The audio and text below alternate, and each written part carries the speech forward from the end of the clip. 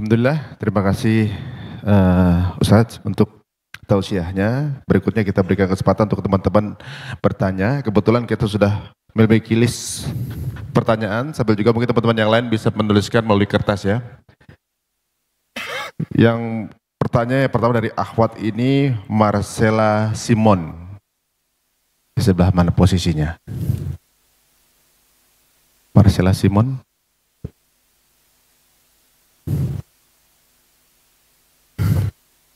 Nah, ya? Nggak tahu dapat listnya ini. Oh, Oke. Yang Ikhwan dulu kalau gitu sambil menunggu. Wah jauh duduknya nih. Roger dan Warta. Belum hadir. Oke. Silakan Roger. Assalamualaikum warahmatullahi wabarakatuh. Waalaikumsalam warahmatullahi wabarakatuh. Senang sekali kesempatan bisa bertemu dengan guru besar Ustadz Abdul Somad. Barakallah. Saya baru saja menikah. Saya berharap bisa mendapatkan nasihat sedikit mengenai pernikahan, baik yang baru menikah maupun teman-teman yang sudah lama menikah. Sedikit nasihat mungkin Ustadz. Terima kasih. Pertama saya ucapkan barakallahu lakuma wa baraka alaikuma wa jama'a bainakuma fi khair. Barakallahu lakuma, berikan berkah kepada mereka berdua ya Allah. Wa baraka alaikuma, berikan berkah dalam mengharungi kehidupan senang dan susah, lapang dan sempit. Wa jama'a bainakuma fi khair, disatukan dalam kebaikan. Hadis sunnah Nabi Muhammad sallallahu alaihi wasallam.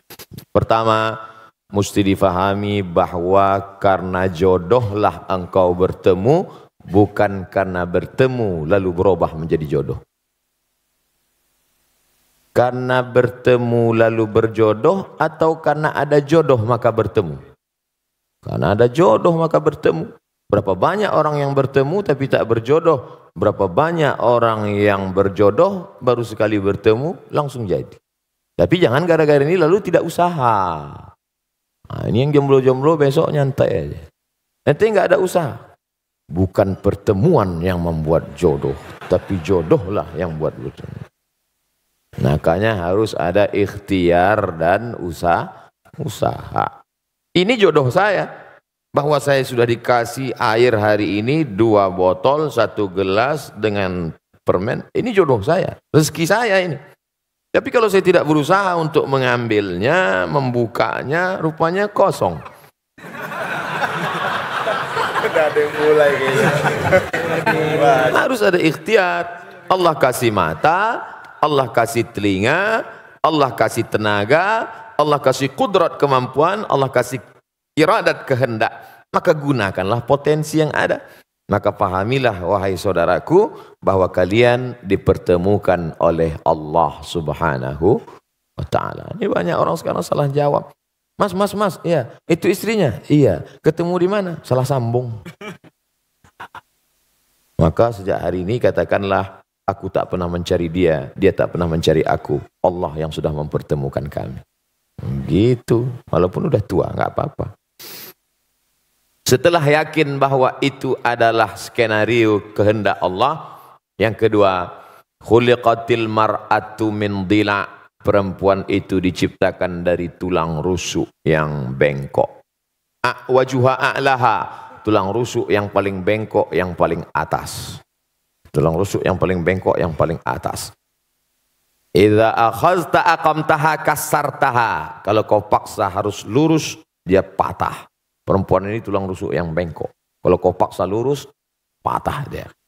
Tapi kalau kau ikut, kau jadi bengkok. Kan susah itu. Kalau diluruskan, patah dia. Kenapa nggak pakai jilbab? Patah dia. Maka pakai lembut lah, pakai jilbab ya. Tak usahlah saya ajari, paham lah kalian tuh. Pandai-pandai. Yang ketiga, man tazawwaja faqad istakmala al-iman. Siapa yang menikah, dia sudah menyempurnakan setengah iman. Iman itu 100%. Siapa yang sudah menikah, imannya sudah download 50%. Sisanya bukan menikah lagi. Ini perlu saya luruskan ibu-ibu, karena banyak sekarang jamaah yang sudah pandai menafsirkan sendiri. Sisanya falyattaqillaha fin nisfil baqi, takwa kepada Allah. Setakwa-takwanya anak lajang pemuda jomblo yang belum menikah, imannya baru 50. Sempurnakan dengan menikah. Sebaliknya yang sudah menikah walaupun tidak takwa sudah 50. Tinggal takwa sedikit aja lagi. Oleh sebab itu maka bersyukur kita, sahabat-sahabat kita. Mudah-mudahan yang belum berjodoh ditemukan Allah jodoh. Yang bilang amin yang belum nikah aja.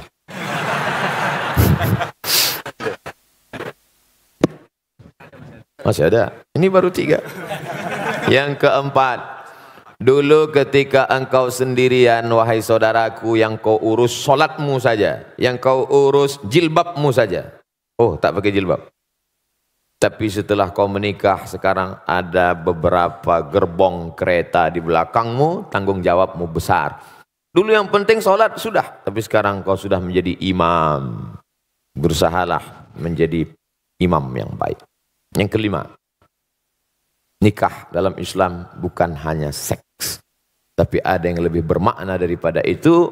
Ada amal yang mengalir. Yang tadi rajin sholat duha, stop kalau mati. Yang rajin baca zikir doa, habis kalau mati. Tapi yang menikah ada amal yang tidak mati. Waladun salihun, anak yang soleh. Mudah-mudahan dari kalian berdua dan yang lain-lain diberikan Allah anak-anak yang soleh dan soleh. Amin. Ya Rabbal Alamin. Baik. Ya, alhamdulillah. Waktu Cut menikah, belum menikah, berjilbab sendiri ya. Sejak ada Roger, mungkin Roger bisa ikutan. Berikutnya pertanyaan, Amar. Waduh, udah ubanan Mar. Iya ini udah ubanan nih. Udah ubanan ya Mar. Dewasa banget ya. Assalamualaikum warahmatullahi wabarakatuh. Waalaikumsalam. Selamat pagi Pak Ustadz. Selamat pagi semuanya. Ketemu lagi kita Pak Ustadz. Kemarin saya pernah bertanya sama Pak Ustadz. Ya. Dan saya tidak pernah bosan untuk bertanya lagi sama Pak Ustadz. Baik. Saya tertarik sekali dengan ceramah Pak Ustadz barusan yang tentang ngerusak diri fisik maupun metafisik. Dan saya mengakui juga dulu, ini juga untuk menjadi contoh untuk semua saudara-saudara di sini. Saya mengakui kalau saya tidak berdaya dengan adiksi saya. Saya waktu itu saya belum pernah melihat, mendengar dan salah pergaulan hingga saya tiba-tiba ditarik oleh pihak yang berwenang. Dan sampai situ saya mulai belajar dan sekarang saya menemu istri saya yang paling cantik yang sedang hamil kembar. Doain semoga anak kami semoga sehat. Amin. Amin. Amin. Ya Rabbal Alamin. Dan pertanyaannya adalah, adakah ilmu atau aturan Pak Ustadz agar kita tetap bisa istiqomah di jalan yang benar dan baik menurut Islam? Terima kasih. Assalamualaikum warahmatullahi wabarakatuh. Waalaikumsalam warahmatullahi wabarakatuh. Istrinya ada istrinya? Ya ini istri saya. Ada. Saya nyari istri saya kok. Kirain saya jadi istri saya, mana istri saya? Udah Ustaz. Sahabat Nabi SAW yang sudah masuk Islam itu apa yang mereka lakukan? Mereka belajar. Belajar. La ilaha illallah. Tapi lihat pangkal ayatnya. Bukan ujuk-ujuk langsung la ilaha illallah. Fa'lam annahu la ilaha illallah. Berilmu dulu. Kami belajar melalui medsos. Bagus. Tapi hadir tanya. Jangan baca sendiri, dengar sendiri, pahami sendiri, simpulkan sendiri, nyasar sendiri. Harus berguru. Man la syaikhalahu fasyaitanu syaikhuhu. Siapa yang tidak berguru, setan gurunya. Baca Quran aja bisa salah keliru, apalagi memahami isi Al-Quran. Oleh sebab itu yang pertama, belajar. Yang kedua, komunitas. Karena kita amat sangat berpengaruh terhadap lingkungan kita. Kalau punya grup yang mengingatkan kita baca Quran sudah berapa juz. Kalau punya komunitas yang ngajak kita kepada sholat berjamaah. Kalau kira-kira keberadaan kita di komunitas itu tidak mendukung iman kita, keluar. Kalau saya keluar dari komunitas ini, lantas siapa yang berdakwah Pak Ustadz? Antum berada di situ mempengaruhi atau dipengaruhi. Jangan-jangan antum hanya tukang pancing yang dilarikan ikan. Menyangka akan bisa memancing ikan, rupanya ikan yang tertangkap ikan paus. Oleh sebab itu maka yakinkan diri kuat, setelah kuat bisa baru. Ada periode Makkah, tapi ada periode Madinah Al-Munawwarah. Setelah kuat, yakin, maka komunitas-komunitas yang kira-kira bisa dipengaruhi, tapi kalau tidak, komunitas yang menguatkan iman kita. Yang ketiga, pentingnya menerima nasihat bukan hanya dari telinga, ceramah, khutbah, seminar, pengajian, tausiah, tapi nasihat mata yang tidak bersuara, tak berbunyi. Wa kafa bil mauti wa'iza. Cukuplah kematian sebagai nasihat. Makanya kalau ada orang meninggal datang, syukur-syukur bisa ikut gali kuburnya, ikut masuk ke dalam. Man syahidal janazata, siapa yang menyaksikan jenazah hatta tusalla alaiha, sampai solat jenazah, dapat pahala balasan qirat, 1 qirat. Wa man syahidal janazata hatta tudfan, siapa yang menyaksikan solat jenazah ikut sampai ke pemakaman, lahu qiratan, dapat 2 qirat. Sahabat bertanya, wa mal qiratan ya Rasulullah, apa 2 qirat itu wahai Rasulullah? Rasulullah menjawab, mithlul jabalainil azimaini, seperti 2 gunung bukit yang pahala besar. Apa hikmah di balik itu? Melihat nasihat dengan mata. Kalau dilaksanakan ini insya Allah masuk yang keempat, jangan lupa mohon doa. Makanya selesai pertemuan berdoa. Selesai, Ustadz doakan saya, doakan juga saya. Ustadz mohon doanya, doakan juga saya. Saya tak pernah berhenti mengucapkan itu. Karena kita tak tahu entah dari mulut yang mana doa itu menembus pintu-pintu langit. Boleh jadi kita merasa kita hebat, kita berilmu, tapi hati kita kotor. Ada dia yang bukan ustadz, bukan siapa-siapa, baru saja tobat, bersih hatinya sebersih-bersihnya. Lalu dari hati itu terpancar doa. Dari doa itulah dikabulkan Allah. Makanya selalu saya katakan, doakan Ustadz Abdul Somad, doa dalam keadaan mati, husnul khatimah. Jangan sekarang, kita masih ada jadwal lagi.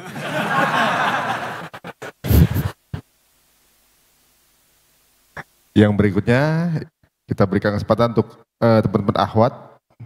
Ini dari Mbak Marini Zumarnis. Monggo Mbak. Mbak Marini Zumarni.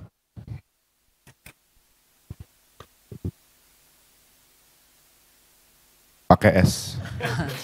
Assalamualaikum warahmatullahi wabarakatuh. Waalaikumsalam. Pak Ustadz, saya mau menanya. Saya kan sudah menikah udah hampir 21 tahun. Dan anak saya juga sudah dewasa. Nah, kita pada ibu-ibu, mungkin saya juga mewakili semua ibu-ibu di sini. Doa apa yang paling baik untuk supaya anak kita dan semua keturunan kita itu soleh dan soleha. Karena memang kan tugas kita, anak-anak itu kan amanah buat kita. Jadi saya minta itu doanya Pak Ustadz. Doa apa yang paling baik dan kapan waktunya untuk supaya anak-anak kita dan keturunan kita menjadi soleh dan soleha. Assalamualaikum warahmatullahi wabarakatuh. Waalaikumsalam warahmatullahi wabarakatuh. Pertama, Rabbana hablana minas salihin. Kalau dalam bentuk tunggal sendiri, Rabbi habli minas salihin. Doa Nabi Ibrahim alaihissalam dikabulkan Allah, minta dapatlah Ishak dan Ismail. Yang kedua, doa Nabi Zakaria, lahirlah anak soleh juga bernama Yahya. Rabbana hablana min ladunka dzurriyyatan thayyibah. Yang ketiga, doanya ibadur rahman. Rabbana hablana min azwajina wa dzurriyyatina qurrata a'yunin waj'alna lil muttaqina imama. Yang keempat, bahwa aqrabu ma yakunul 'abdu min rabbih wa huwa sajid. Orang paling dekat dengan Allah ketika dia sedang bersujud. Tempatnya saat bersujud. Tapi ini ayat Al-Quran nggak boleh dibaca waktu sujud. Saat itu posisinya bukan sebagai ayat, tapi sebagai doa. Perempuan maaf, dalam keadaan menstruasi tak boleh baca Quran.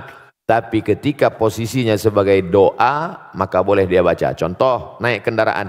Rabbana subhanalladzi sakhkhara lana hadza wa ma kunna lahu muqrinin wa inna ila rabbina lamunqalibun. Boleh dia baca. Karena saat itu posisinya bukan ayat tapi sebagai doa. Waktu yang paling afdal tahajud malam. Tahajud tidak bisa, duha. Duha tidak bisa, kapan Allah Ta'ala memperkenankan doa.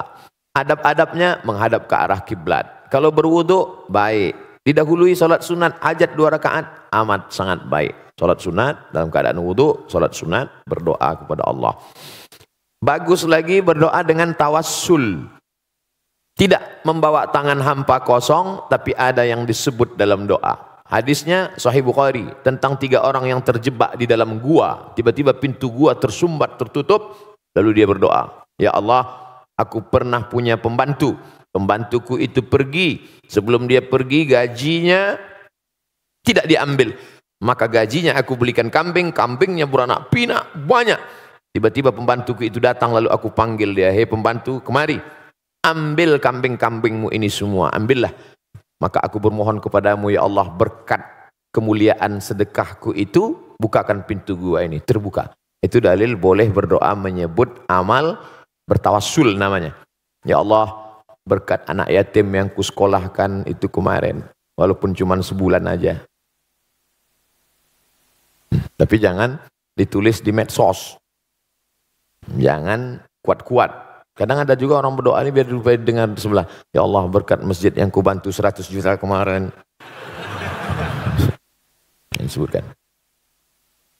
Yang kedua, orang dalam gua tadi berdoa, ya Allah, aku punya seorang ibu dan ayah. Setiap aku pulang membawa susu kambing ke rumah, istriku menangis belum makan, anakku meraung kelaparan, tapi ku tunggu ibu dan ayahku terbangun. Setelah mereka terbangun baru ku berikan.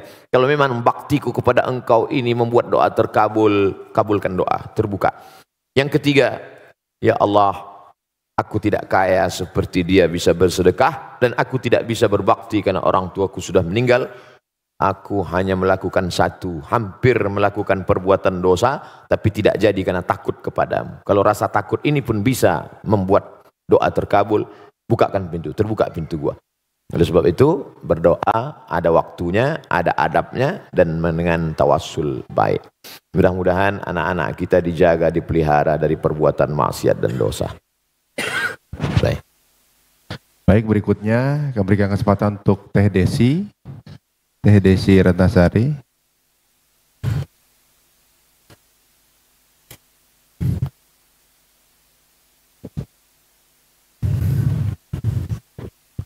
Bismillahirrahmanirrahim. Assalamualaikum warahmatullahi wabarakatuh. Waalaikumsalam warahmatullahi wabarakatuh. Saya ingin menanyakan hal materi yang tadi Ustadz sampaikan. Ustadz tadi menyampaikan terkait dengan ada bagian tubuh kita yang kita bisa rasa, kita lihat, badan, dan juga ruh. Yang ingin saya tanyakan adalah konsep ruh. Jika ada teman kami yang memang non-muslim, lalu kemudian menanyakan terkait tentang konsep ruh ini, yang mana mungkin pemikirannya ada pemikiran dari sisi materialis. Apa yang bisa kita jawab tanpa harus melanggar syariah yang kita pahami? Itu saja Ustadz, terima kasih. Assalamualaikum warahmatullahi wabarakatuh. Waalaikumsalam warahmatullahi wabarakatuh. Hampir semua agama meyakini adanya ruh. Makanya orang barat yang berfilsafat materialisme sekalipun, tetap ketika terjadi kecelakaan di laut, di udara, mereka tetap menyebut SOS, save our soul. Selamatkan ruh, selamatkan jiwa kami. Dan kita sebagai orang Indonesia, walaupun ada non-muslim, sepakat itu. Maka dia katakan, bangunlah jiwanya, bangunlah badan. Bangunlah jiwanya, bangunlah badannya.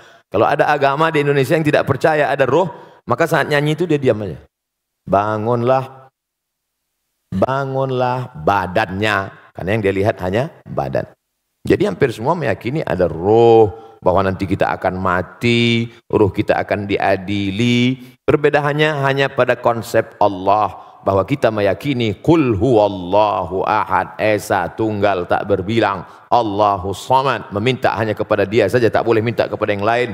Lam yalid, dia tidak beranak, Walam yulad, dia tidak diperanakkan. Dipejam mata, nampak bayang-bayang hitam, kuning, hijau, terlintas macam-macam gambar. Itukah dia? Ma khatara bibalik fallahu laisa kadzalik.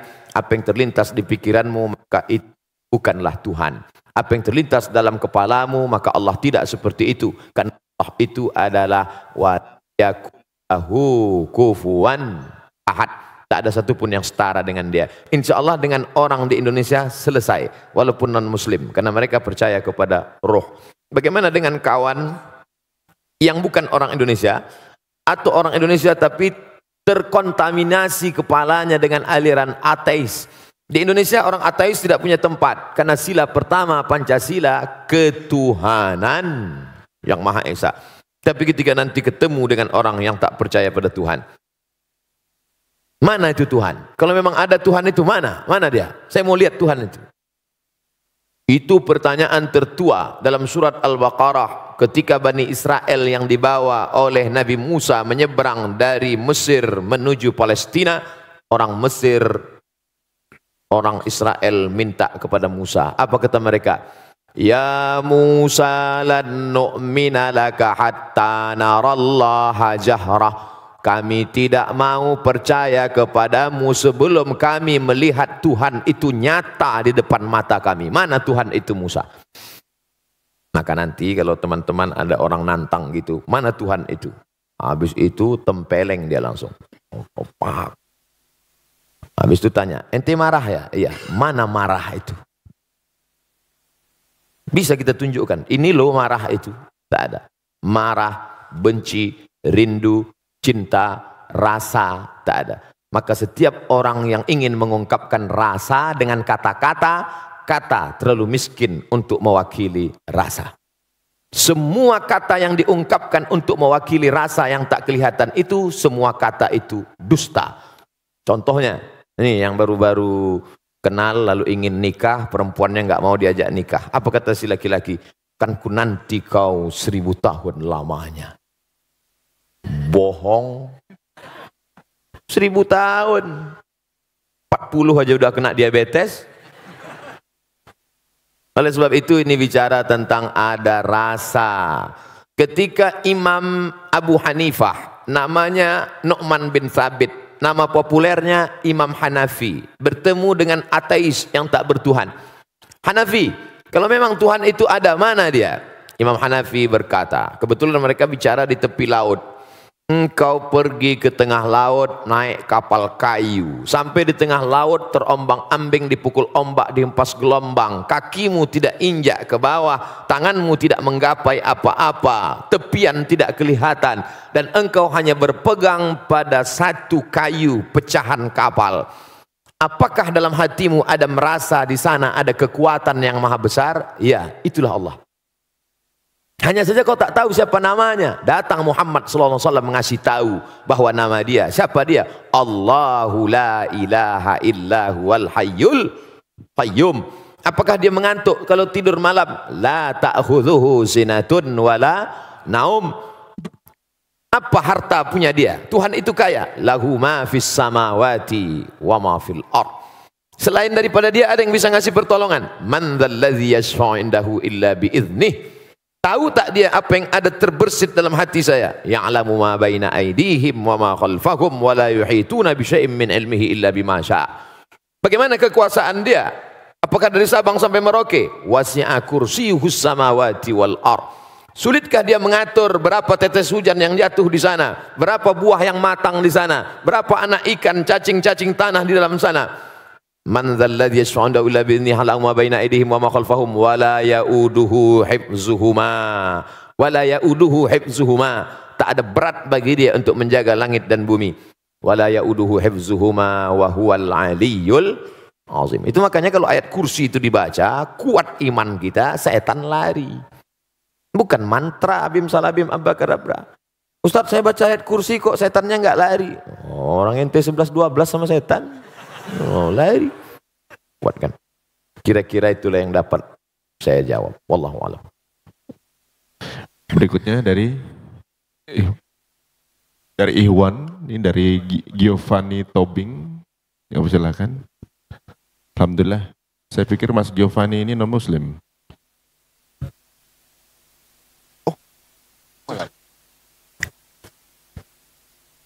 Silakan Mas Giovanni. Oh, lagi di toilet. Alhamdulillah, berarti beliau sudah hitan. Ronaldo. Mau tanya juga? Di toilet juga mungkin bersama Giovanni. Oke, baiklah. Sepertinya list yang diberikan panitia dari teman-teman yang sudah booking pertanyaan sudah selesai. Oh ya, berikut dari Omar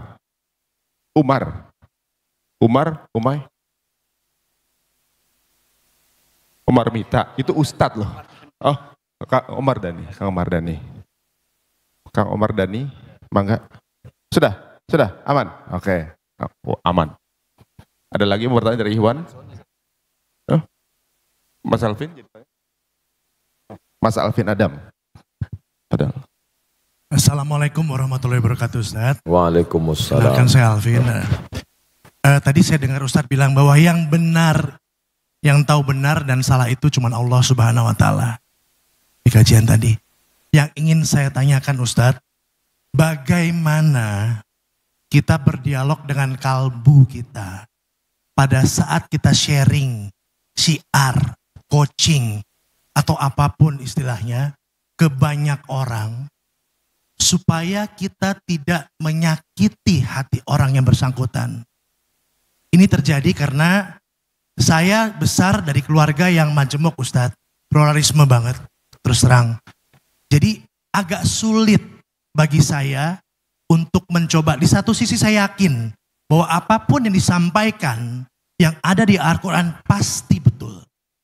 Tapi bagaimana saya berdialog dengan saudara-saudara lain saya yang tidak seiman, supaya saya tidak menyakiti mereka, tapi saya betul tidak mengurangi ketakwaan saya pada Allah Subhanahu wa Ta'ala. Baik.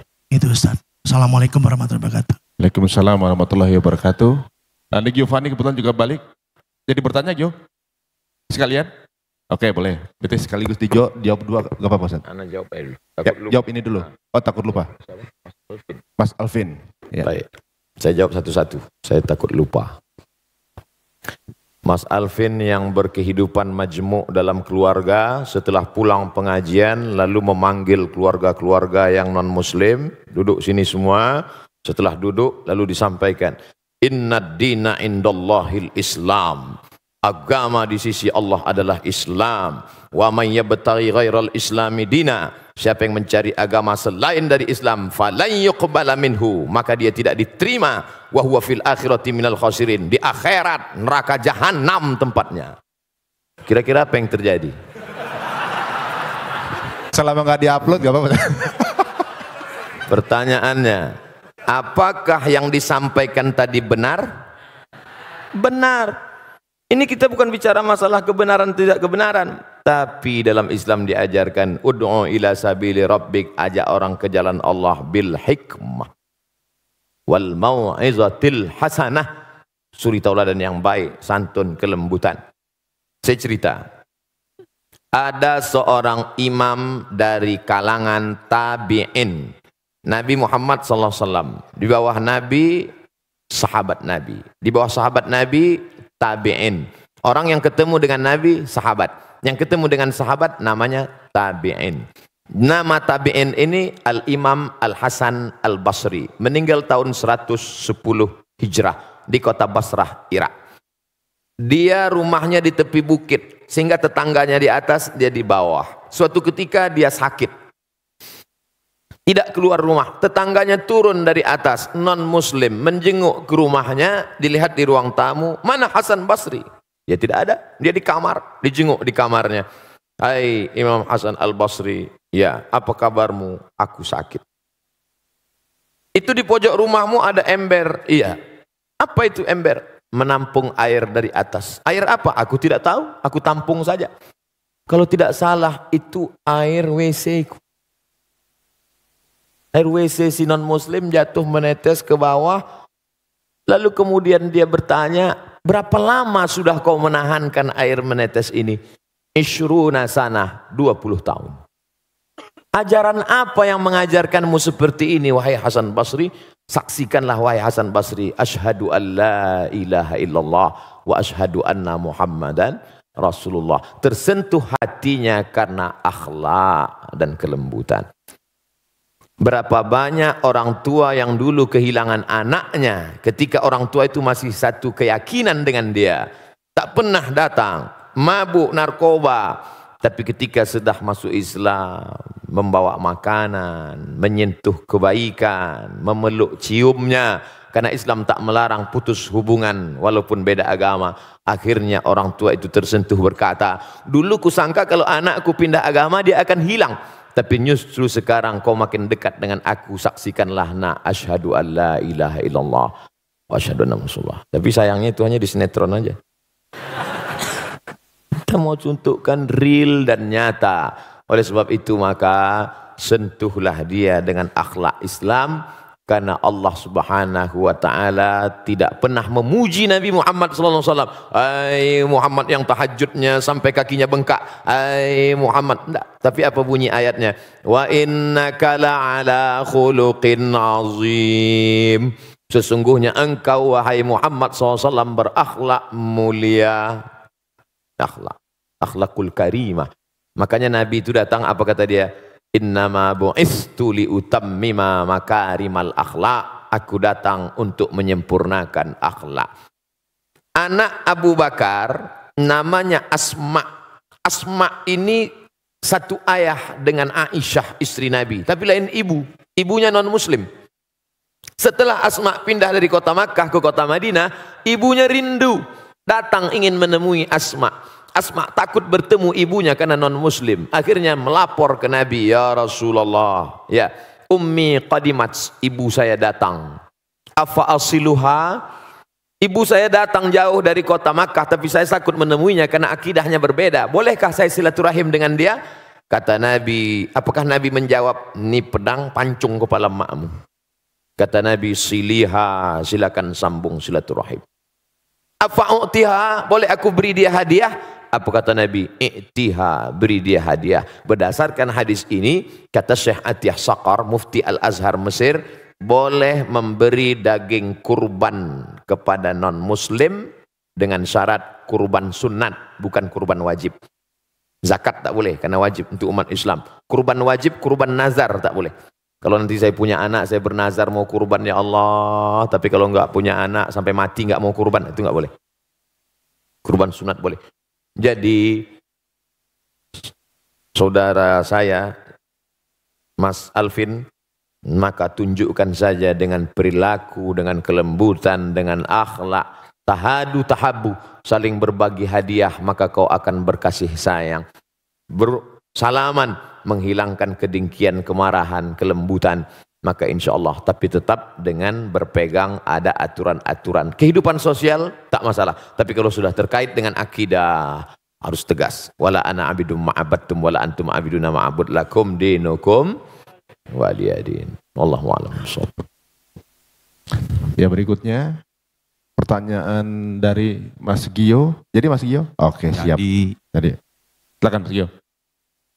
Assalamualaikum warahmatullahi wabarakatuh. Waalaikumsalam warahmatullahi wabarakatuh. Alhamdulillah doa saya diijabah. Udah lama pengen nanya sama Pak Ustadz. Akhirnya hari ini, hari pertama saya ikut pengajian musyawarah, langsung dapat kesempatan untuk bertanya. Alhamdulillah. Saya seorang mualaf. Saya memeluk Islam setelah saya menikah.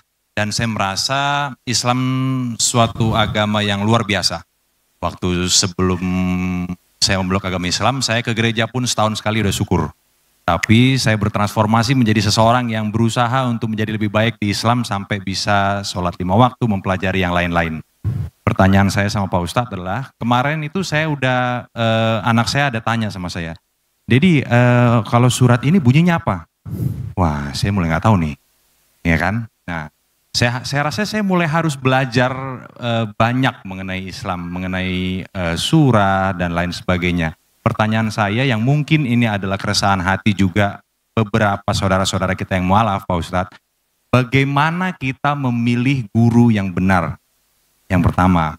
Yang kedua, bagaimana kita tahu kita memilih guru? Caranya memilih guru untuk memadu kita supaya kita tidak berada di jalan yang salah. Dan kalau kita sudah memilih, yang kedua, bagaimana kita tahu kalau guru pilihan kita itu benar? Yang ketiga, Saya ada sedikit tahu kalau di dalam Islam itu ada beberapa mazhab. Mazhab apa yang kira-kira bisa dan cocok untuk saya, bagaimana cara saya memilihnya? Sekian kira-kira pertanyaan dari saya. Assalamualaikum warahmatullahi wabarakatuh. Waalaikumsalam warahmatullahi wabarakatuh. Berarti Mas Gio benar ya. Tadi saya hampir salah ini ya. Katanya sudah mualaf. Alhamdulillah. Monggo silakan Ustaz. Apa saya jawabin Ustaz?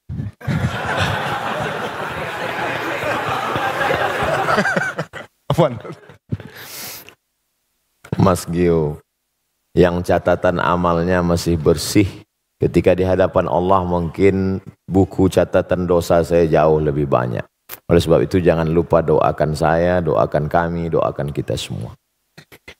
Pertama, bahwa dalam Islam tidak ada holy man setelah Nabi Muhammad SAW. Tak ada manusia suci yang anti kritik, yang tak boleh diperbaiki, diluruskan. Makanya ketika Umar bin Khattab jadi khalifah, dia menangis. Kenapa? Karena dia sekarang punya jabatan tinggi, dia takut nanti sahabat tidak ada satupun yang bisa meluruskan dia. Tapi kemudian ketika ada sahabat berkata, kalau kau salah wahai Umar bin Khattab, aku yang akan meluruskanmu. Dia peluk, alhamdulillah masih ada hamba Allah yang meluruskan. Abdul Somad, manusia biasa, bisa benar, bisa salah. Main bola ada statuta yang dibuat oleh FIFA, rule of the game, aturan main. Ini outside namanya, ini goal namanya.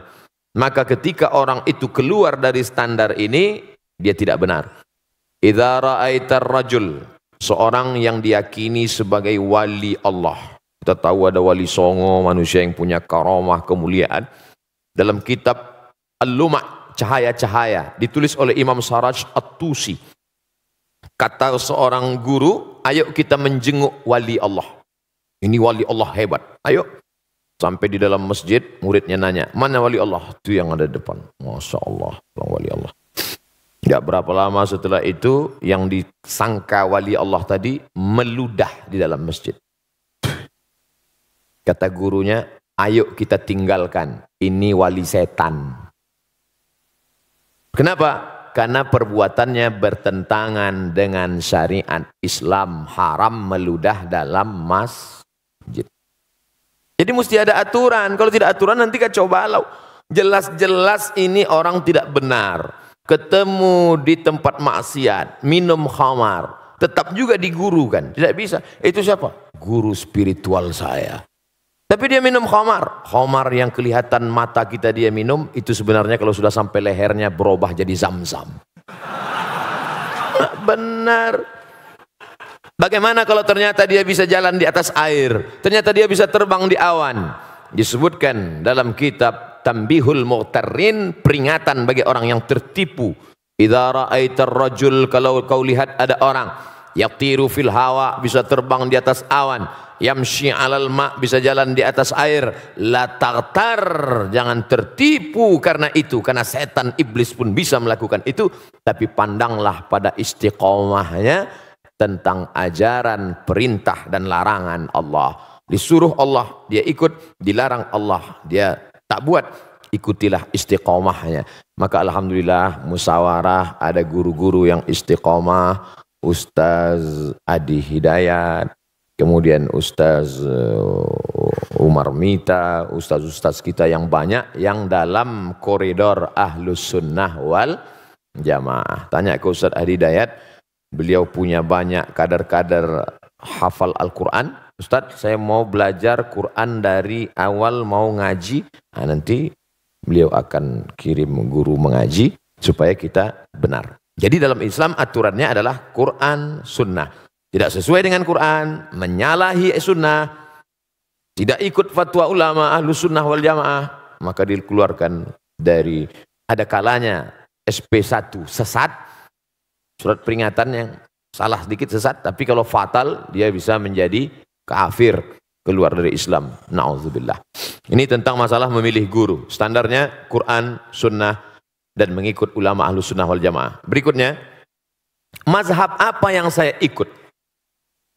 Saya kasih sampel contoh bersentuhan laki-laki perempuan, wuduknya batal atau tidak batal.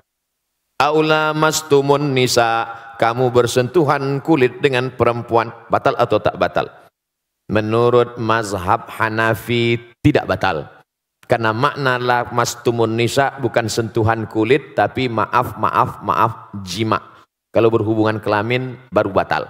Kenapa bunyi ayatnya lamastumun nisa? Al-Quran bukan kitab porno. Maka dia tidak mau sebut. Maka kiasan sentuhan kulit artinya jima baru batal. Kalau sentuhan kulit tidak batal menurut Hanafi. Malik bin Anas, mazhab Maliki, sentuhan kulit kalau bernafsu batal. Kalau enggak nafsu, enggak batal. Mazhab Syafi'i, asalkan sentuhan kulit, mau nafsu, enggak nafsu, tetap batal. Kita sedang berada di antara tiga pilihan. Mau Hanafi, Maliki, atau Syafi'i. Ustadz pilih yang mana? Saya pilih mazhab Syafi'i. Oh, karena Ustadz tidak pernah belajar mazhab Maliki. Saya belajar di Maroko. Maroko 100% mazhab Maliki. Guru-guru saya di Darul Hadis, mazhabnya Maliki. Kenapa Ustadz tetap berpegang pada mazhab Syafi'i? Guru-guru saya sebelum berangkat dulu mazhabnya Syafi'i. Setelah saya pulang ke tengah komunitas masyarakat bermazhab Syafi'i. Dan ada satu analisa saya, ketika saya pakai mazhab Syafi'i, saya lebih tenang dalam kasus ini.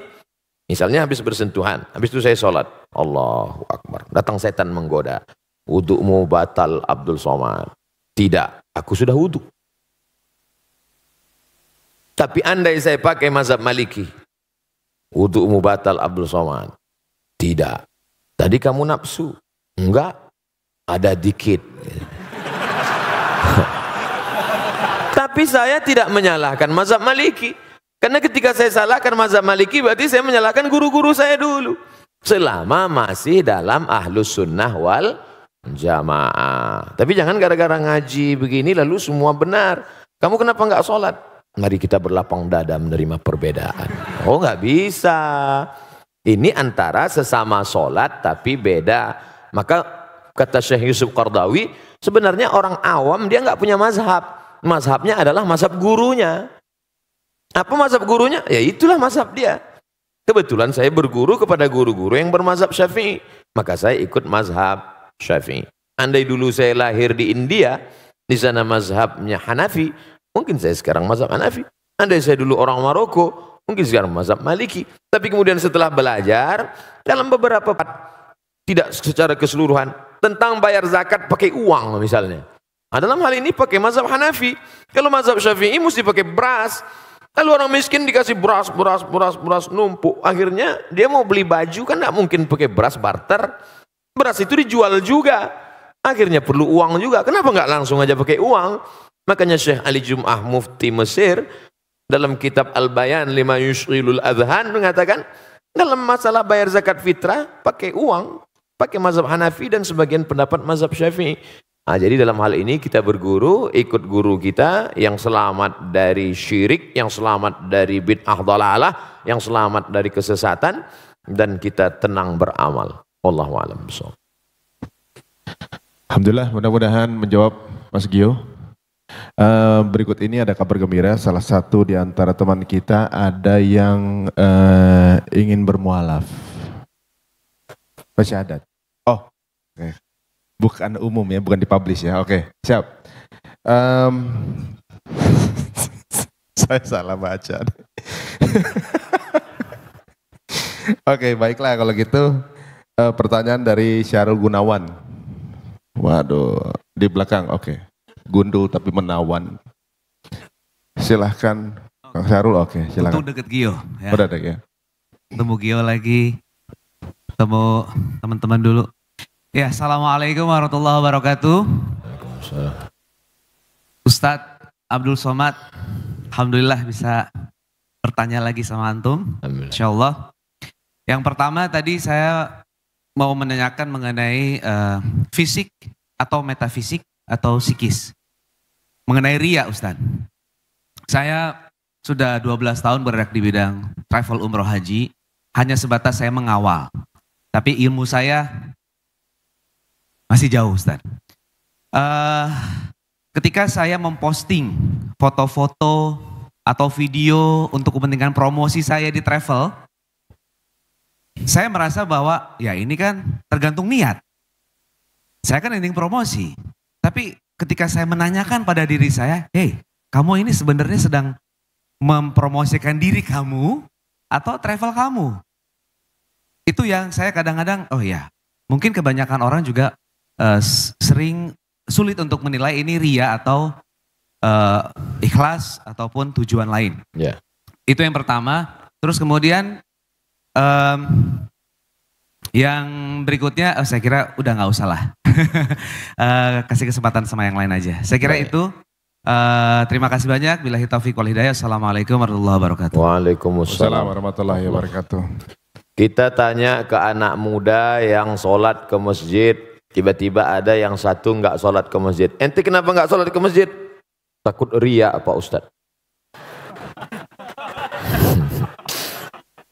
Standar ria bukan lewat perasaan, tapi standar dalam Islam adalah syariat, Quran dan sunnah. 1 meter sudah ditetapkan 100 senti, bukan mengikut perasaan. Karena kalau ikut perasaan nanti datang bawa orang sahasta. Ini berapa? Ya 1 meter aja dah. Tidak bisa begitu. Oleh sebab itu, apakah ini tergolong ria atau tidak? Apa kata Imam Fudail bin Iyad? Tarkul amal li ajlin nas ria. Tidak jadi beramal karena ingin dipuji orang, ria. Wal amal li ajlihim syirik. Beramal karena ingin dipuji orang, syirik. Masuk masjid, mau sholat tahiyatul masjid, teman-teman di belakang sudah siap kameranya mau upload. Enggak jadi tahiyatul masjid karena takut dipuji orang, syirik. Sholat supaya dipuji orang, melirik ke belakang supaya dipuji orang, syirik. Tidak jadi beramal karena takut dipuji orang, riya. Beramal supaya dipuji orang, syirik. Lalu yang selamat bagaimana? Laksanakan menurut tuntunan Quran dan sunnah. Mohon perlindungan kepada Allah supaya Allah membersihkan hati. Kalau pakai perasaan nanti ustaz-ustaz nggak ada yang diupload ceramahnya. Jangan upload, saya takut riya. Akhirnya isi medsos itu hantu aja semua. Makanya ulama sekaliber Habib Umar bin Hafiz, ada FB-nya, ada Instagram, ada follower, ada muhibbin. Habib Umar bin Hafiz, kemudian pula Syekh Ali Jum'ah, Habib Ali Zainal Abidin, tetap ada. Untuk apa? Ini syiar, fahami ini sebagai syiar. Wal budna ja'alnaha lakum min sya'airillah. Onta-onta dan kambing-kambing yang dipotong itu bagian dari syiar agama Allah. Apa hubungan onta dan kambing itu syiar? Ketika penyembelihan onta dan kambing saat hari raya kurban, istri, anak dipanggil ramai-ramai menyaksikan supaya orang melihat, oh ternyata orang Islam itu hebat ya. Orang Islam itu ramai kalau bagi-bagi daging kambing ya. Kalau sholat subuh aja yang sunyi ya. Ini syiar. Begitu juga dengan postingan Mas Syahrul Gunawan, maka postingan itu tidak mempertunjukkan terlalu lebay, misalnya sampai semua sampai berdoa pun. Dulu orang berdoa menghadap Ka'bah, sekarang berdoa membelakangi Ka'bah. Nah, itu terlalu berlebihan. Tapi sekedar bercerita bahwa ini pergi umrah, ini syiar. Kloter pertama keberangkatan umrah setelah haji akan dilaksanakan tanggal sekian. Syiar menunjukkan ekonomi Indonesia baik, menunjukkan bahwa jamaah umrah ramai. Nah ini, jadi ada standar kelayakan, kepantasan. Maka dalil dalam Islam itu sampai 10. Quran, hadis, ijma', qiyas, syar'u man qablana, saddu zara'i, qaulu sahabi, istihsan, istishab, urf. Standar kepantasan, kelayakan. Ini pantas enggak? Ini layak enggak? Ketika layak, pantas, maka tidak masuk dalam kategori riya. Bahwa dia senantiasa berbisik-bisik dalam hati, memang kerja setan. Itu memang sudah SOS, standar operasional setan. La'atiyannahum min baini aidihim, aku akan datang dari depan, wa min khalfihim dari belakang, wa an aimanihim dari kanan, wa an syama'ilihim dari kiri. Setan memang sudah datang. Lalu cara kita membalasnya, kita laksanakan niat baik, istighfar. Astaghfirullahaladzim, astagfirullah. Halau dia hilangkan itu semua. Mudah-mudahan kita diselamatkan semua dari riya dalam rangka menegakkan agama Allah. Amin ya rabbal alamin. Mohon maaf, Ari, satu lagi Ri, penting Ri. Ustadz, mohon maaf, mengenai mazhab tadi, ada kita kebanyakan Syafi'i, ada Hanafi, Hambali, ketika kita ada di haram misalnya, ada yang duduknya duduk di antara dua sujud, ada yang duduk tahiyat akhir. Kita berpegang teguh bahwa rakaat terakhir itu tahiyat akhir dengan posisi duduk yang agak miring. Tapi banyak juga orang Indonesia yang mengikuti duduknya duduk di antara dua sujud. Ada jamaah yang nanya sama saya nggak bisa jawab Ustadz. Nah itu baiknya bagaimana? Apakah kita harus konsisten dengan mazhab kita dengan tata cara seperti itu atau kita bisa mengikuti, fleksibel? Terima kasih Ustadz. Makasih Ri. Thank you. Udah kejawab kan? Alhamdulillah ya, terima kasih. Kalau sholat itu ada tasyahud awal dan tasyahud akhirnya, sholat zuhur, sholat maghrib, sholat isya, sholat asar, maka tasyahud awal duduknya iftirash. Iftirash artinya tikar, alas, menjadikan telapak kaki kiri sebagai alas. Iftirash, tegak. Pada tasyahud akhir duduknya tawarruk. Tawarruk diambil dari kata warik. Warik, maaf. Warik artinya pantat, menempel ke lantai. Itu maka agak miring. Mazhab Hambali begitu.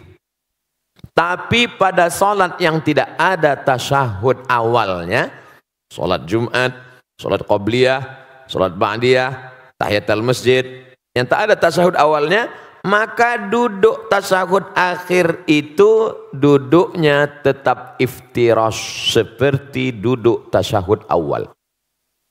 Makanya kita lihat di Saudi Arabia ada mazhab Maliki, ada mazhab Hambali, mereka tasyahud akhir tapi duduknya seperti duduk kita tasyahud awal.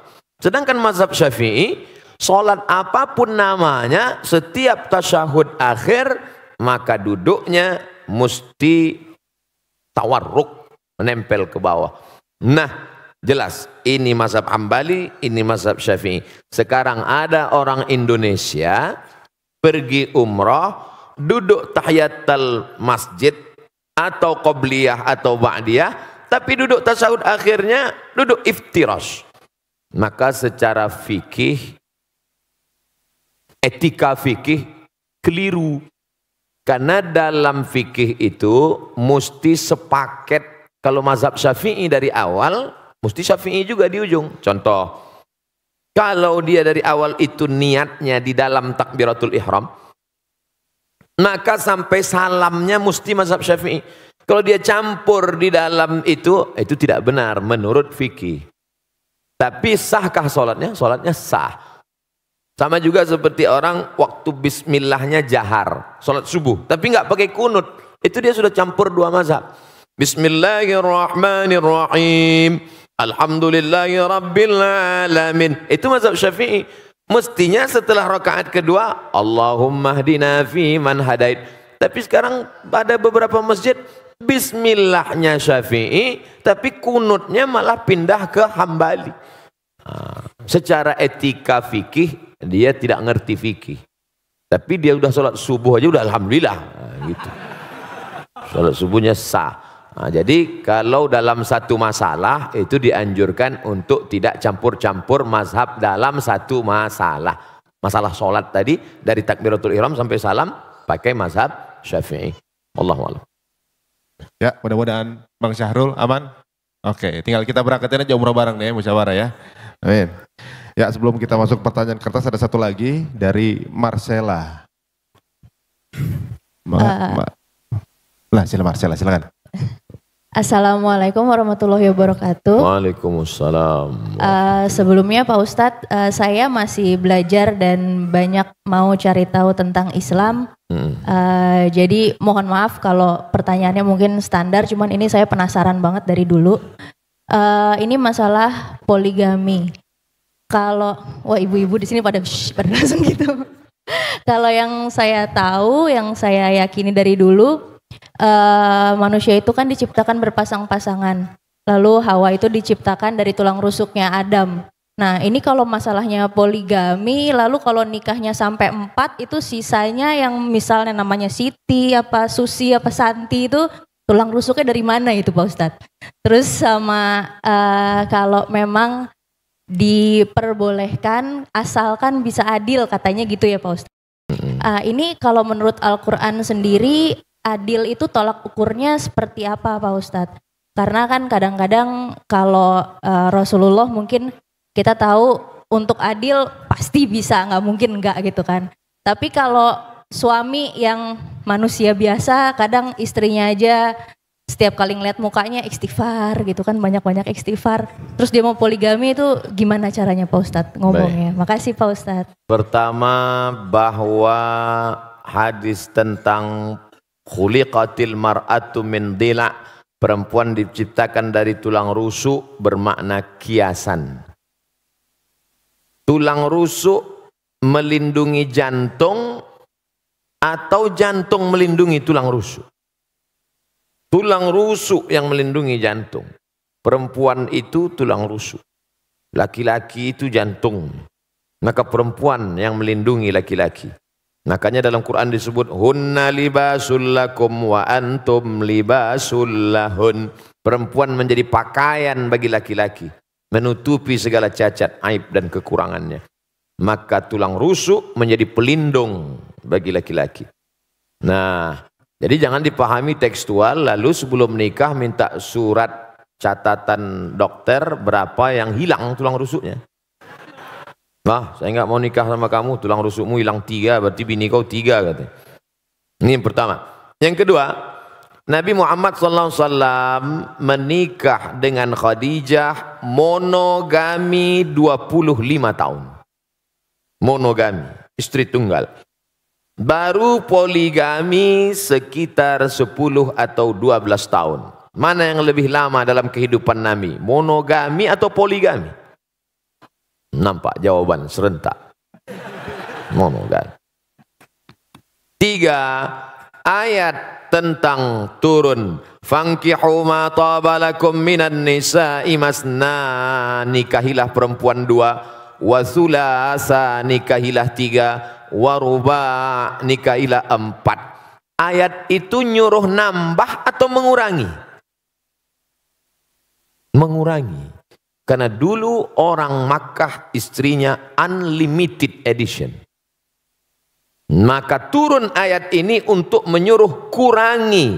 Maka yang saat itu bininya 10, dia pilih-pilih, setelah fit and proper test, delete 6. Tinggalkan 4. Ayat ini dulu mengurangi, bukan menambah. Yang keempat, bahwa dalam Islam poligami adalah solusi emergency door. Karena ini kalau tidak dibuka pintu sebelah kiri ini, pesawat akan meledak. Nah, makanya ada di satu daerah seorang pergi kondangan, istri tua, istri muda bisa jalan. Maka orang heran, kenapa? Itu kok bisa gitu? Itu istri mudanya itu yang meminangkannya istri tuanya. Ditanya orang, betul ibu minangkan? Iya. Kenapa ibu pinangkan? Daripada aku mati katanya. Ini suamiku ini 300 tenaga kuda ini kata dia. Ini solusi emergency door. Ada di sebagian orang, ada di sebagian tempat, dan sekarang banyak orang lebih mau, mas kamu mau selingkuh lah. Yang penting seksnya sehat. Oh, tak bisa begitu. Dalam Islam ada aturan agama yang menjaga keselamatan. Islam itu datang menjaga 5. Hifzul aqli, menjaga akal. Jangan pakai sabu-sabu, narkoba. Hifzul nafs, menjaga diri. Jangan bunuh diri, haram. Hifzuddin, menjaga agama. Jangan kotori akidah. Hifzul mal, menjaga harta. Jangan riba, jangan mencuri, jangan merampok, jangan merampas. Hifzul ard, menjaga kehormatan. Jangan caci maki, olo-olo, ejek. 5, menjaga. Kalau dengan poligami bisa menjaga, lanjutkan. Tapi justru menghancurkan, jangan. Oleh sebab itu maka ini Dia tidak kaku seperti besi, dia seperti karet. Nah, ini yang saya sebutkan ini adalah pertimbangan-pertimbangan bagi yang sudah siap-siap untuk setuju menandatangani materi 6.000. Karena semua laki-laki ini tidak akan bisa menikah tanpa izin istri pertama. Sudah dilindungi oleh Negara Kesatuan Republik Indonesia. Ibu-ibu jangan takut, jangan khawatir. La tahab, jangan takut. Wala tahzan, jangan sedih. Takbir.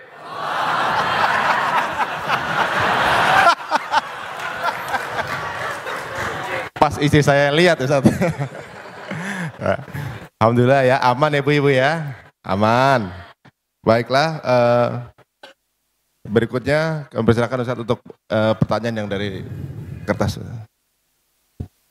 Apa yang dimaksud punuk unta? Sebuah hadis yang diutarakan untuk wanita. Punuk unta salah satu sampel contoh. Tapi banyak hadis lain substansi maknanya adalah, saya sebutkan satu. Ayat Quran bahkan. La yadribna bi arjulihidna, janganlah memukul kaki ke lantai. Dipakai gelang kaki bergemerincing, yadribna bi arjulihidna, dipukulkan kaki ke lantai waktu jalan. Kerincing, kerincing, kerincing, kerincing, kerincing. Satu.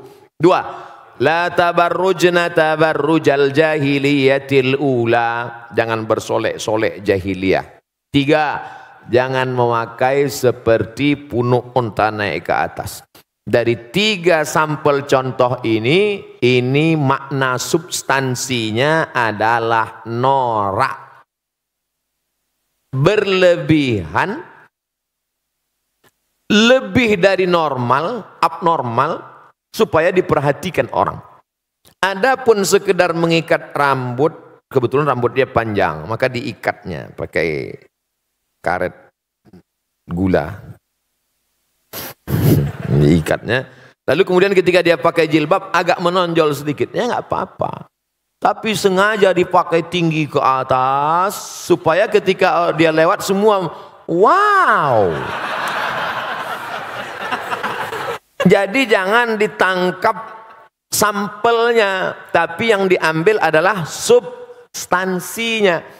Karena sekarang banyak orang, perempuan tidak seperti punuk onta, tapi noraknya lebih daripada punuk onta. Pahami ini dengan baik.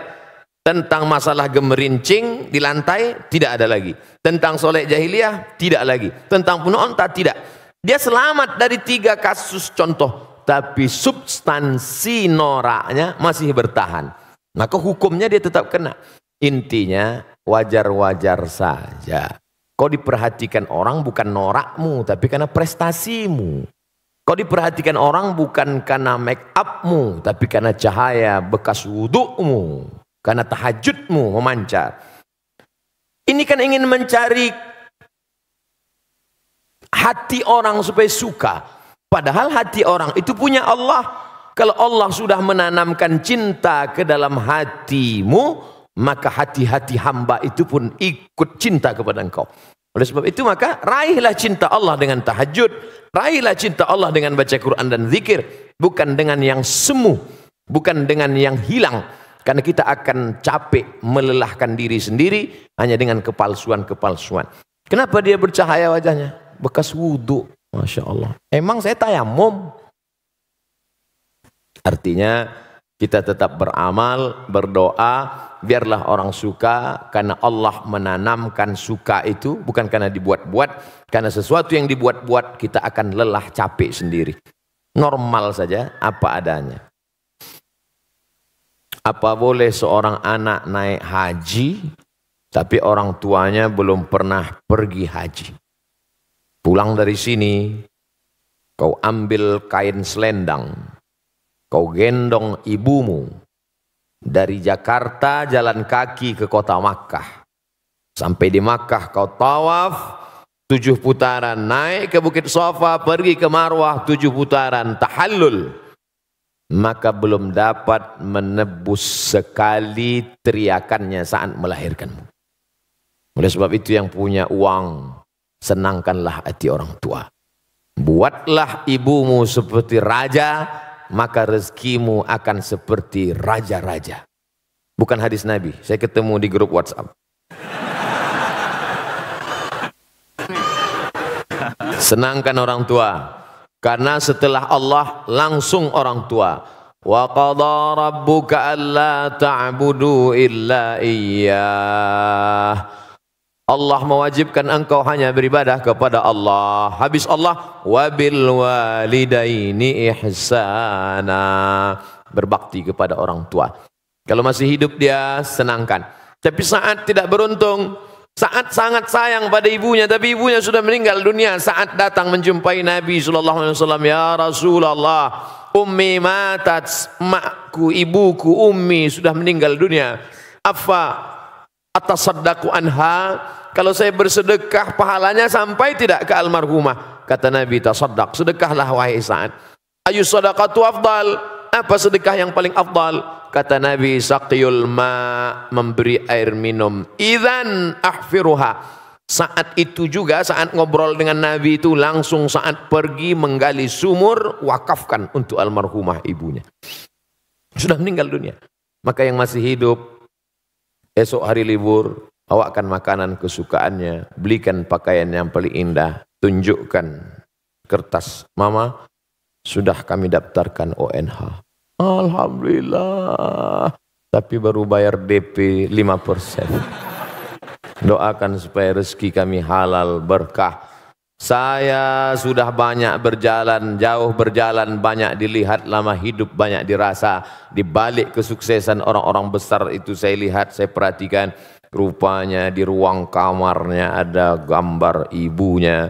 Rupanya saat dia kata sambutan bercerita tentang ibunya, rata-rata kebesaran orang-orang hebat itu berawal dari doa ibu. Ayah juga luar biasa. Ummuka ibumu, ummuka ibumu, ummuka ibumu. Saat Nabi ditanya, ayyun nas, man ahaqqun nas bi husni suhbati, siapa orang yang paling layak mendapatkan baktiku? Ummuka. Setelah itu abuka, bapakmu. Oleh sebab itu maka kalau masih hidup dia senangkan. Bisa memberangkatkan dia haji, Allah akan ganti berpuluh-puluh kali kau akan bisa ke tanah suci Makkah Al-Mukarramah insyaallah. Ini masih ada satu lagi. Masih ada Ustaz. Tapi menyambung yang dijelaskan Ustaz barusan, ada pertanyaan dari Oki Agustina, bagaimana apakah mendoakan ibu yang sudah meninggal tapi beda agama dibolehkan atau tidak? Nanti doanya katanya nggak sampai. Maka nastighfaru Ibrahimu li abihi illa am mau'idatin wa'adaha iyyah. Nabi Ibrahim memohonkan ampun doa untuk bapaknya Azar yang beda agama itu hanya sekedar janji saja. Karena dia dulu pernah berjanji. Waktu Ibrahim mengajak Azar, nama bapaknya Azar, hai ayahku Azar, sembahlah Allah. Apa kata Azar? La illam tantahi, kalau kau tidak berhenti menceramahi aku, la arjumannaka, akan ku lempar kau pakai batu, wahjurni maliya, tinggalkan aku. Apa kata Ibrahim menjawab? Sa'astaghfirulaka rabbi, aku akan mintakan ampun engkau kepada Allah. Dia sudah janji, dan janji adalah hutang. Falamma tabayyana lahu annahu aduwwul lillah, setelah jelas bagi Ibrahim bahwa bapaknya itu musuh Allah, tak beriman kepada Allah, tabarra'a minhu, dia melepaskan diri, artinya tak dia doakan. Kalau masih hidup boleh didoakan, dalilnya Nabi mendoakan Allahumma hdi qaumi fa innahum la ya'lamun, berikan mereka hidayah karena mereka tak tahu. Tapi kalau sudah meninggal dunia, doanya, kuserahkan hambamu ini kepada engkau ya Allah. Allah maha kuasa untuk berbuat sesuka hatinya. Innama amruhu iza arada syai'an ayakula lahu kun fayakun. Tapi kalau dia masih hidup, jangan pernah berhenti berdoa. Pakai bahasa Indonesia, ya Allah berikan hidayah, bukakan pintu hati supaya mati dalam keadaan la ilaha illallah Muhammadur Rasulullah sallallahu alaihi wasallam. Ini nampaknya udah kartu kuning. Saya baru mu'alaf 3 bulan. Alhamdulillah. Antum saudara saya dalam la ilaha illallah. Saudara kandung pun, orang tua kandung pun belum tentu bisa menolong. Tapi saudara saya bisa menolong. Sekarang nggak tinggal dengan orang tua karena pastinya nggak setuju. Di rumah sholat nggak bisa. Ngaji nggak bisa. tinggal di luar ngekos. Apakah ini bisa dibilang durhaka Pak Ustadz? Supaya bisa ngaji, sholat dan lain-lain saya harus tinggal di luar. Pertanyaan ini sepertinya sedang mengajarkan Abdul Somad dan kita semua betapa kita selama ini tak mensyukuri nikmat bisa ngaji, bisa sholat, tapi nggak ngaji dan nggak sholat. Harus ngekos hanya untuk ngaji dan sholat. Kadang banyak yang kita sangka tak nikmat, padahal kita sudah dapat nikmat besar. Baik, saya jawab. Wa in jahadaka ala an tusyrika bima laisa laka bihi ilmun. Kalau orang tuamu itu memaksamu untuk mempersekutukan aku, kata Allah, fala tuti'huma, jangan kau patuh pada mereka berdua. Ini dalil engkau boleh ngekos, saudaraku. Karena kalau kau tetap di situ, dia akan paksa. Maka kata Allah, fala tuti'huma, jangan kau patuh dengan dia. Tapi ayat itu belum potong, baca ujungnya. Wa sahibhuma fid dunya ma'rufa, tetaplah engkau berinteraksi, berbakti kepada mereka. Kontradiktif. Bagaimana mungkin saya sudah tinggalkan rumah tapi saya tetap silaturahim? Engkau tinggalkan karena niatmu supaya bisa sholat, supaya bisa ngaji, maka ngekos, tapi silaturahim jangan putus. Mama, papa, apa kabar? Sudah makan pagi? Sehat? Mau dia balas caci maki, sumpah serapah, anggap itu bagian cara Allah menghapuskan dosa, cara Allah mengangkat derajat, cara Allah melatih hati. Jangan pernah berhenti. Tiap pagi, tiap hari, doakan dia. Tapi untuk mempertahankan supaya bisa sholat, supaya bisa ngaji. Mudah-mudahan Allah berikan hidayah sehingga sampai masanya nanti. Sulitkah bagi Allah? Tak ada yang sulit. Qalbul mu'min baina asabi'ir rahman. Hati manusia ini di jari jemari Allah. Di jari jemari kuasa kudrat iradat Allah SWT. Insya'a, kalau dia mau dia buat begini, kalau dia mau dia buat begini. Lalu kenapa tidak dia kasih saja hidayah semua Pak Ustadz? Kalau semua dia kasih hidayah, lalu kita dapat apa? Ayyahdiyallahu bika rajulan wahidan. Satu orang dapat hidayah karena mulutmu, karena SMS-mu, karena share-mu, karena statusmu. Khairum min humurin na'am. Lebih baik daripada kau memiliki seekor onta yang merah. Pernah Bapak Ibu kawan-kawan lihat onta warna merah? Onta itu kuning, hitam yang jarang-jarang mandi. Kan ada onta merah. Onta merah, onta yang bulunya kemerahan seperti brown, seperti itu mahogani, adalah onta termahal yang unik. Maka orang yang tak dapat, dia dapat. Boleh jadi Ustadz Somad yang ceramah tak dapat itu, karena Ustadz Somad menceramahi orang yang sudah baik-baik semua. Orang yang sudah ngaji. Setelah yang sudah hijrah, sudah ngaji, kumpul, barulah datang Abdul Somad. Assalamualaikum warahmatullahi. Sementara ada yang dia bukan ustadz, tapi dengan merangkul, sering ngajak, ngaji, akhirnya dapat hidayah. Maka jangan pernah berhenti, tetap ngekos, tetap sampai Allah bukakan pintu hati hidayahnya, insyaAllah. Amin. Ya Rabbal Alamin. Ustaz, terakhir Ustaz. Baik. Dari Mas Adrian. Assalamualaikum warahmatullahi wabarakatuh. Waalaikumsalam warahmatullahi. Saya yakin setiap di antara kita tidak ada yang akan memberikan anak-anaknya, istrinya, keluarganya daging babi. Kenapa? Karena babi diharamkan oleh Allah. Tapi tanpa kita sadari masih banyak di antara diri kita, saya atau mungkin saudara-saudara kita yang masih memberikan keluarganya sesuatu yang mengandung riba. Yang jelas dalam Al-Baqarah 275 Allah menghalalkan jual beli sedangkan mengharamkan riba. Ustadz Abdul Somad yang saya sangat cintai, bagaimana untuk meyakinkan diri kita, keluarga kita dalam era zaman saat seperti ini yang sudah penuh dengan materialisme, kapitalisme, supaya kita bisa selamat khususnya dari hal yang diharamkan oleh Allah tersebut. Jazakallah khair Ustaz. Assalamualaikum warahmatullahi wabarakatuh. Waalaikumsalam warahmatullahi wabarakatuh. Mengapa orang terjebak pada riba? Pertama, kita tidak tahu. Yang tidak tahu, kita kasih tahu. Setelah tahu, maka harus berubah. Mengapa orang terjebak pada riba? Karena kebutuhan ekonomi, terdesak. Pilihannya cuma dua. Kalau tidak riba, mati. Maka dalam hal ini berlaku hukum darurat. Ad-darurat tubihul mahzurat. Yang darurat membolehkan yang terlarang sampai daruratnya hilang. Oke, termaafkan. Emergensi. Yang ketiga, terjebak pada riba karena style. Kalau tidak ngutang, tidak dianggap sebagai orang kaya. Akhirnya terjebak pada kehidupan yang semu dan palsu. Kerja setan, la'udillannahum, aku sesatkan mereka. Setelah sesat, wala umanniyannahum, aku buat mereka berhalusinasi. Kau yang paling cantik, kau yang paling kaya, kau yang paling hebat, kau yang paling-paling. Padahal dia saja yang merasa. Orang lain melihat dia malah jijik. Nah, ini jebakan setan. Lebih bahaya daripada jebakan Batman. Yang keempat, maka Allah Ta'ala menyebutkan beberapa ancaman. Ancaman pertama, alladzina ya'kuluna riba, orang yang makan riba, la yaqumuna illa kama yaqumul ladzi yataqabbathu syaitanu minal mas.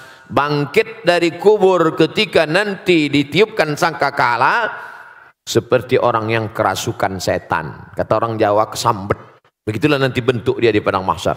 Dua, ayyuma lahmin, setiap daging di badan, nabata min haramin, kalau tumbuh dari yang haram, fannaru aulabih, tempatnya api neraka. Sepiring nasi riba disuap berubah menjadi setetes darah haram, masuk ke dalam jantung, merusak otak anak. Yang hijau yang bersih jadi kotor.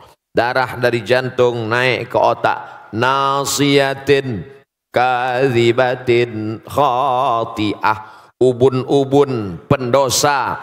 Kenapa ubun-ubun? Karena otak depan yang berpikir rusak disebabkan makan riba, makan haram. Tiga, ayyuma lahmin nabata min aramin, dari setetes darah berubah menjadi daging, daging membalut tulang, urat-urat, kulit.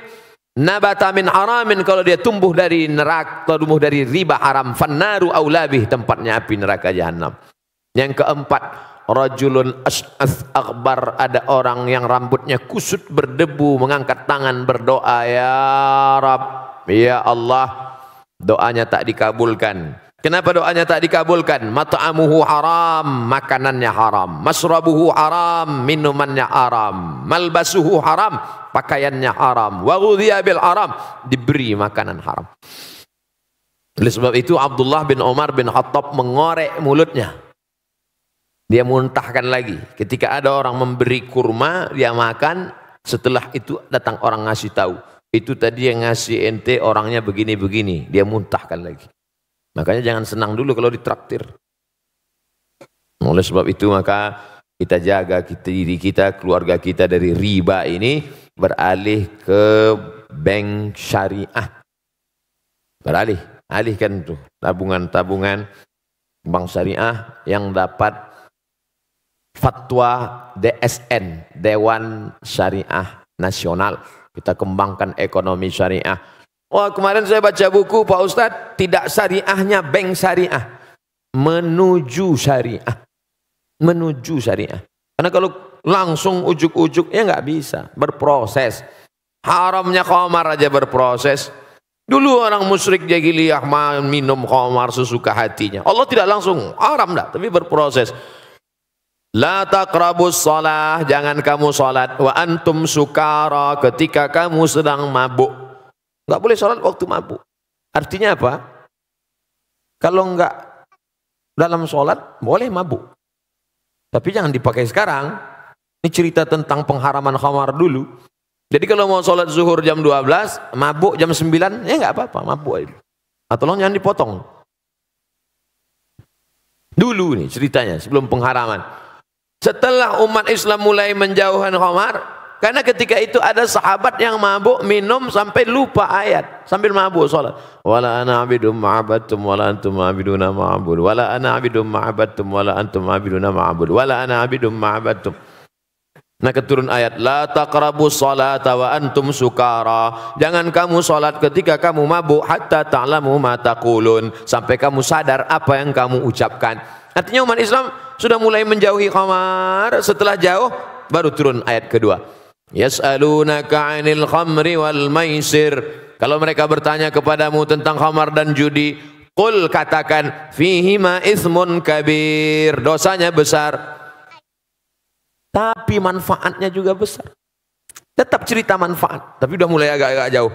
Setelah jauh, baru turun ayat pamungkas yang ketiga. Innamal khamru, khamar, sabu-sabu, narkoba, wal maisir, judi, wal ansab, menyembelih binatang untuk berhala, wal azlam, mengundi nasib, rijsun, najis, min amali syaitan, perbuatan setan, fajtanibuh, jauhi. Nah, jadi finalnya begitu. Begitu juga tentang proses ini, berdiri bank muamalat, lalu bank-bank konvensional buka cabang divisi syariah, 16 tahun, 15 tahun baru boleh mendirikan sendiri. Beberapa bank